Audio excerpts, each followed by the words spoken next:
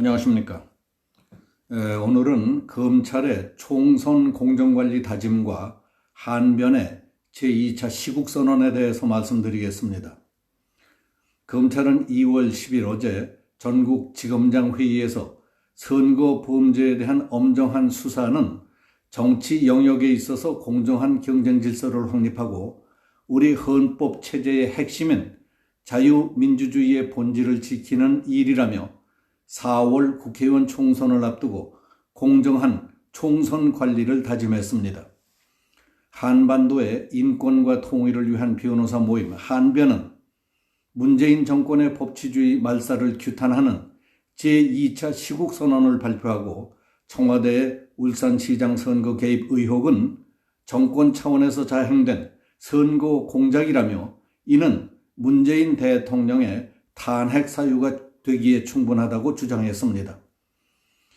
공교롭게도 같은 날 있었던 검찰과 한변의 결의는 국가의 기본 틀이 되는 국법 질서의 해이를 더 이상 이대로 방치해서는 안 되겠다는 절절함을 느끼게 합니다.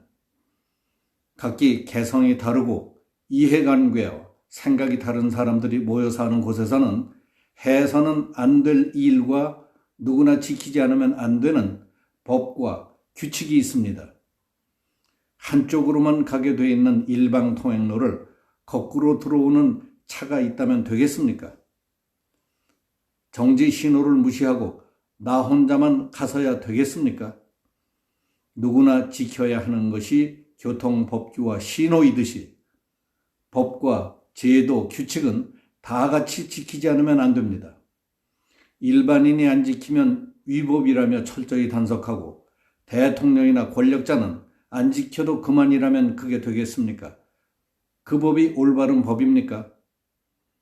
오늘은 윤석열 검찰총장이 전국지검장 회의에서 강조한 선거 범죄에 대한 엄정한 수사와 공정한 총선 관리 지침, 그리고 문재인 정권의 법치주의 말살을 규탄하는 한변의 제2차 시국선언 요지를 살펴보겠습니다. 전국지검장 회의에서 있었던 윤석열 검찰총장의 지시 내용입니다. 선거 범죄에 대한 엄정한 수사는 정치 영역에 있어서 공정한 경쟁 질서를 확립하고 우리 헌법 체제의 핵심인 자유민주주의의 본질을 지키는 일입니다.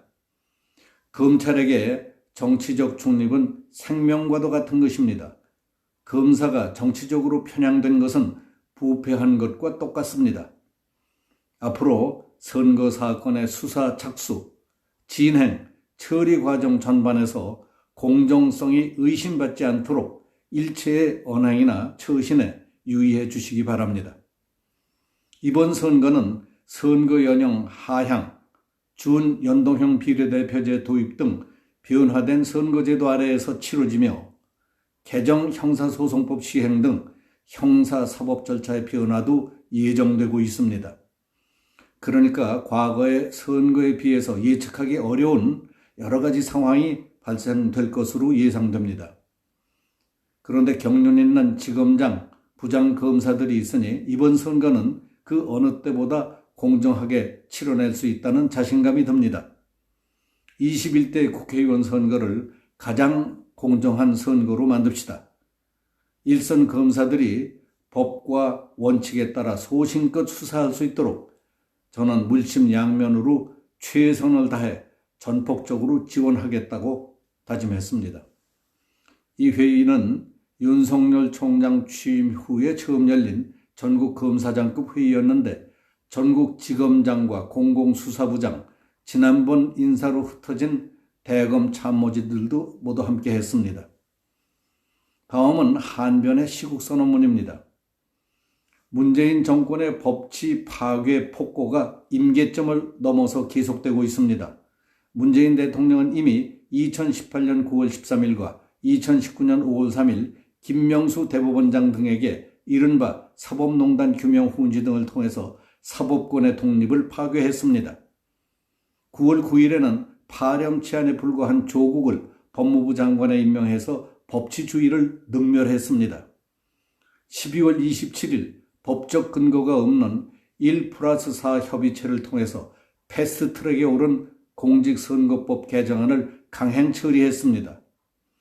게임의 룰인 선거법을 제1야당을 빼고 일방적으로 개정한 것은 헌정사상 초유의 일이었습니다. 문 정권은 역시 같은 방법으로 12월 30일 공수처법안을, 그리고 지난 1월 13일에는 검경수사권 조정법안을 일방적으로 통과시켰습니다. 그리고 검찰개혁과 총선 압승을 자축까지 했습니다. 공수처법이나 검경수사권 조정법은 국민의 기본권을 제한할 수 있는 나라의 형사 시스템을 뿌리채 뒤흔드는 입법입니다. 이는 군사정권 이후 처음 보는 헌정유린 사태였습니다. 특히 공수처법은 헌법의 존재 근거가 없는 공수처가 검찰과 경찰의 수사 정보를 사전에 보고받고 통제할 수 있으며 판검사에 대한 수사 기소권을 행사할 수 있도록 되어 있어서 사법권의 독립을 직접 침해하는 명백한 위헌적인 법률입니다. 나아가 살아있는 권력인 대통령 등의 불법에 대한 수사를 막기 위해 1월 8일 1차 대학살 인사에 이어서 23일 2차 대학살 검찰 인사를 감행했습니다. 검찰청법을 위반한 2차례의 숙청으로 검찰 조직은 초토화됐습니다. 울산시장 선거 공작, 유재수 비리 비호 등 권력 범죄에 대한 수사는 무력화됐습니다. 게다가 1월 10일 청와대는 적법한 절차에 의해 법관이 발부한 울산시장 선거 공작 사건에 관한 압수수색 영장의 집행을 거부했습니다. 이건 역시 전에 없던 일로서 다른 기관도 아닌 대통령과 청와대가 법원이 발부한 영장을 거부함으로써 대한민국의 법치주의를 말살한 행위였습니다. 윤석열 검찰총장과 서울중앙지검 등의 검사들은 이런 어려움 속에서도 1월 23일 조국 아들 인턴 증명서를 허위 발급한 혐의를 받고 있는 최강욱 비서관을, 그리고 29일에는 송철호 울산시장 등 울산 선거 공작 관련자 13명을 각각 기소했고 30일에는 임종석 전 청와대 비서실장을 소환 조사했습니다. 추미애 법무부 장관이 불법적으로 공개를 맡고 있는 위 13명에 대한 공소장에 따르면 대통령의 선거 중립 의무를 특별히 강조하면서 청와대 비서실 조직 8곳이 사실상 문 대통령 뜻에 따라 일사불란하게 선거 공작을 벌린 위법 사실을 적시하고 있습니다. 지금 대한민국의 민주주의와 법치주의는 바람 앞에 등불 같습니다. 문재인 대통령이 울산시장 선거에 개입한 것이 확인될 경우 이는 대통령이 선거의 정치적 중립 의무를 위반한 것으로 탄핵 사유에 해당할 수 있습니다. 우리 변호사들은 법치의 보루로 남아 살아있는 권력과 맞서 싸우고 있는 진정한 검사들과 김경수 드루킹 대선 여론 조작 사건의 실형을 선고한 뒤 오히려 기소돼서 재판을 받고 있는 성창호 판사 등 용기 있는 법관들에게 경의를 표합니다. 우리는 국민들과 함께 기로에 선 대한민국의 법치주의 수호를 위해 이들을 격려하며 우리 역시 혼신의 노력을 다할 것입니다.